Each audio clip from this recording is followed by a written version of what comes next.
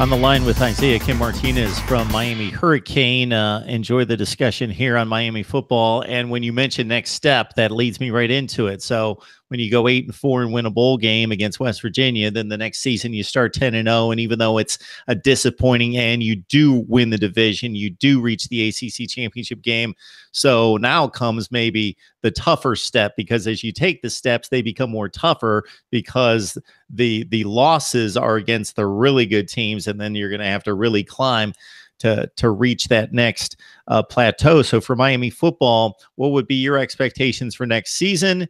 And then thinking about it being a really young team, as far as my thoughts of the personnel, you're going to lose some guys, of course. But when I look at the key positions and the key players and the standouts across the board on both sides of the ball, most of them seem to be coming back. So you seem to be in pretty good shape for next season. Yeah, it's like you said, that next step is sometimes the hardest one. And you saw Miami against Clemson.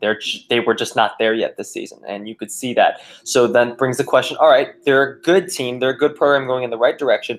Where do we go from here? When you look at their team next year, it's like you said, they didn't lose a lot of players. They're getting, at least for right now, they got a lot of them back. Jaquan Johnson's a safety who will be a senior next year. He's coming back.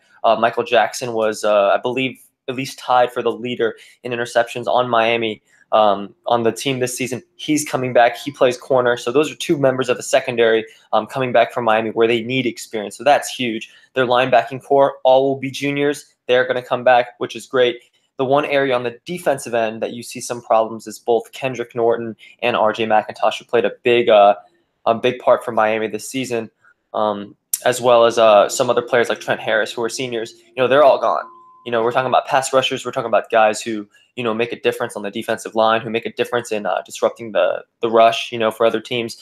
They will all be gone. So you look at that element of Miami's defense, and you're going to have to, typically expect to put some freshmen in there at times, or be rotating guys who haven't necessarily had that experience. So that'll be one area for Miami that, will bring up some questions like the secondary did going into this season. We don't know how it'll play out, how well they'll play early on.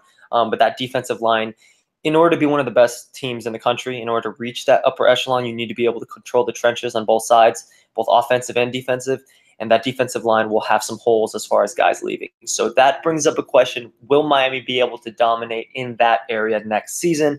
We don't know. But anytime you lose a couple of your guys who are starting in that front, brings up some questions. As far as the offense, for the most part, everyone's coming back. They're losing Berrios, but almost all the receivers, you still have Travis Homer in the backfield. You retain the majority of your offensive line.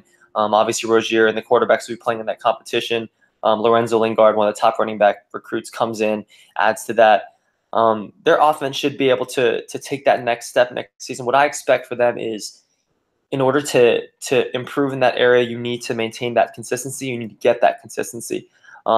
So Miami needs to reach that point. As far as their recruits coming in, at this point, they're getting a lot of the guys that Mark Richt has been recruiting. You're starting to the golden era guys, are starting to leave.